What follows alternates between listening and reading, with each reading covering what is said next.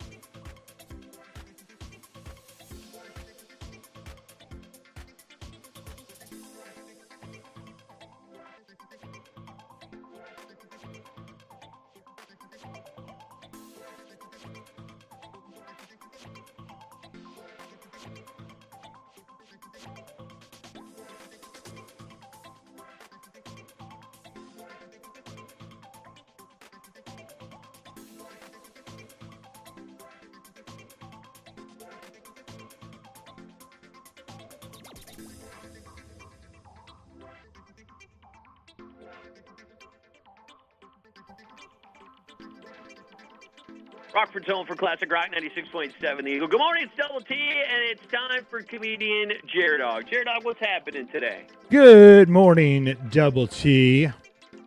I got something that I wanted to talk to you about. I thought it might be fun to do a little Throwback Thursday segment. I like it. All right, well, let's get into it. It's time for Bar Comedy USA News with comedian Jared Dog. And live from the news desk, it is Jared Dog. All right, what's happening, buddy? All right. Hey, so Double T, I know over the years, we go way, way, way back. I know over the years that you've even had many comedians and some big names even on shows that you've been on the radio in the past. Oh, yeah, definitely, yeah. And this came across my social media recently. It was an article about the mostly true adventures of stand-up comedy's legendary frat house. And it talks about a house that was overlooking Sunset Strip. You know, dude, hold on. Dude, time out. I'm having some interference with your phone. Oh, okay. Do I need to call back? Yeah, you want to try to call back? Yeah, try to call back. Take two.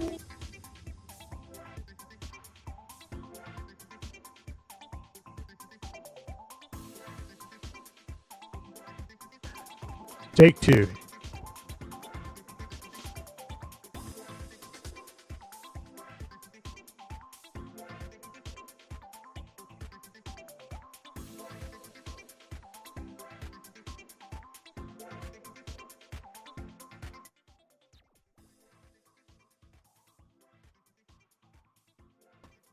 This was fun. This will give you an inside look.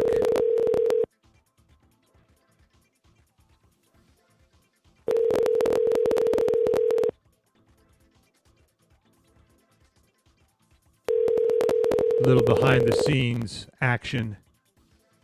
The radio segment failed. Raw. Hey, Double T, how's that? It's still a little. What are you hearing? It's almost like it's overmodulated a little bit. If I'm back a little bit like this, is this better? But try. How about this? That's all right. Yeah, that should be all right. I just need to be back a little bit further Yeah. from the. I think I'm just eating the mic.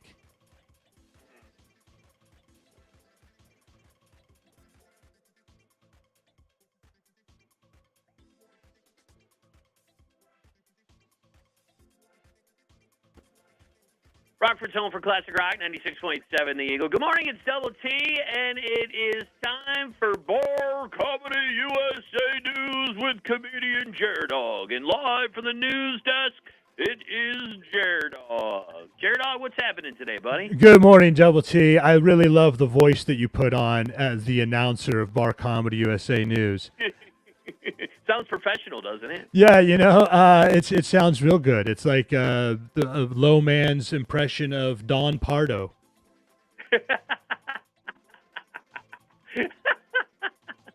I appreciate that. Thank you. I did not know you were so talented. What I have for you today, Double T, is a little Throwback Thursday segment, if you will. Okay, I'm into this. What is the segment today? Well, you've in your radio career have interviewed many, many, many comedians. I know that, and you and I actually go way back ourselves. And an article was recently shared with me on my social media that I found interesting. It was about the mostly true adventures of stand-up comedy's legendary frat house, about the house that overlooks Sunset Strip above the Comedy Store in Los Angeles, plays host to a generation of comics, Sam Kinison, Andrew Dice Clay, Robin Williams, dozens of others. And it just made me think, in today's age of stand-up comedy, and after the pandemic and everything, does the notorious comedy condo still exist anywhere. Now, for people that aren't familiar with the Comedy Condo, explain a little bit for them. So the Comedy Condo, I mean, there was the frat house lifestyle that the article goes into about the legendary comedians that lived above the Comedy Store, and that was in the 1980s. My come-up days was the mid-90s or 2000s, and it was still the frat house lifestyle then. And when you would go play a club, oftentimes, instead of putting you in the hotel room or providing lodging, they would, in some other way, they had an apartment, a house that they, a space above somebody's garage that all the comedians would just stay in. And there's a good and bad thing about not having regular occurring housekeeping. Right. Yeah, especially with a bunch of comedians on the road partying. Yeah, that's that's not going to be a clean place. Not at all. And when I first started out on the road, and they're like, you're going to stay in the Comedy Condo. And this had been a place that had been around since the 80s. I was like, oh, I'm going to be sleeping in the same bed that some of my comedy heroes have slept in, until you realize what else they do in those beds. I got a little throw up in the back of my mouth after that one. Yeah, enjoy your breakfast, everybody. But, you know, stand-up was not my dream job at that time. It was just a way for me to keep being a frat boy. Okay. So I kind of, like, at that time, sort of fit into that lifestyle anyway, you know, the traveling troubadour, vagabond entertainer. When you start out in show business and you go on the road, all the types of gigs that I had, you go all over the country, you get into all kinds of adventures. I had to figure out how to be successful just so I had a reason to be in a bar every single night. Not a lot of jobs you can do that. Not a lot of jobs you can do that. Stand-up comedy is definitely one of them. And when we would stay in the Comedy Condo, you know, I don't even know very many of those stories that I can tell from my experience or that I've heard that wouldn't get you canceled these days. Yeah, especially nowadays, that's for sure. I can tell you one quick story, though, Double T. I checked into a Comedy Condo. Checked in. How cute. I tracked down the manager of the comedy club in a back alley somewhere in the middle of Milwaukee, got the key to the house 15 minutes before the show was supposed to start. I had a frozen pizza that I picked up at the convenience store across the street. I walked in to make the frozen pizza. There were 3 stoves in the kitchen. 3 full range oven and stove setups. Okay. Not because it was because one of them was broken down, then they just put another one in, and that one broken down, then they just put another one in. And they just left the old ones there? Then they just left the old ones there with a note on the table that said, "If don't use the broken stove, it could cause a fire."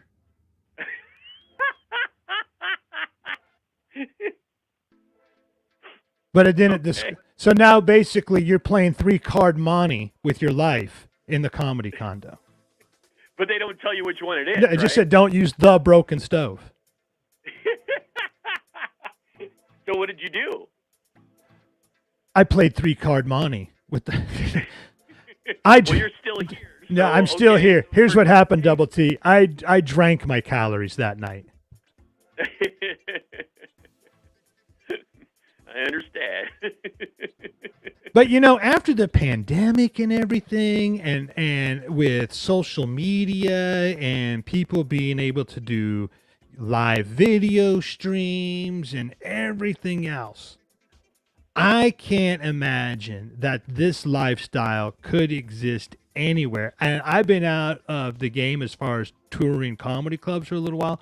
I don't know. Have you heard any stories recently of this type of stuff?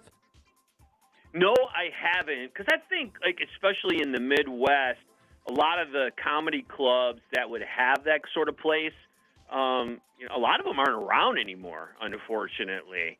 And so most of the time you hear that story with hotels, well, I should say more like motels, and, getting stuck in the vagabond Fleabag motel kind of place. Now, I've heard those stories, but nothing about the comedy condos anymore. And at least the hotels or the motels have cleaning staff that can come in and do something.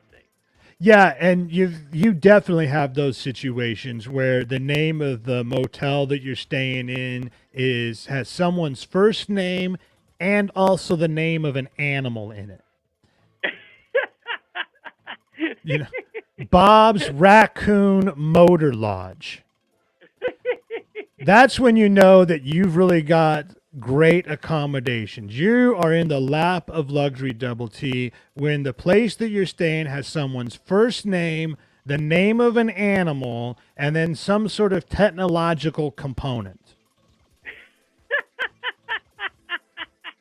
Now, are there any situations where they actually, the comedy condo is actually nice, or they put you up in a decent hotel? There absolutely are those situations, and that's what you mostly see comedians putting now on their Instagram.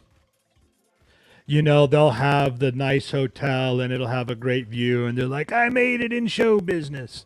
And, and I certainly do that myself, but those aren't the types of places you're going to have good stories. There was one story, and I think a lot of times bands and comedians experience a lot of the same stuff. But I knew an up-and-coming band, and they were playing a show in Chicago, and they were supposed to get a room because they were out in a van. And the club, they're like, no, we don't get rooms for bands. So they let them stay in the green room or the dressing room for the night. But it was in a bad neighborhood, so they had to lock them into the club for the night. They couldn't leave. They couldn't leave. And talk about having to take your work home with you. Yeah. That's happened to me a time or two, Double T, but it was usually just because I passed out under the pool table. Just let him sleep. He'll be fine till the morning. It's Bar Comedy USA News with comedian J-Dog. J-Dog, where can people find you and what you got coming up? Hey, well, you can go to barcomedyusa.com and you can check out all the fun shows that we have happening in the nooks and crannies across the country. With the Pub and Grub Comedy Tour this week here in Las Vegas, where I'm located, the World Series of Comedy is going down. I'm going to go check that out and hopefully have something to report back to you next week. Cannot wait, buddy. Thanks a lot. Looking forward to next time. Rockford's home for Classic Rock 96.7 The Eagle.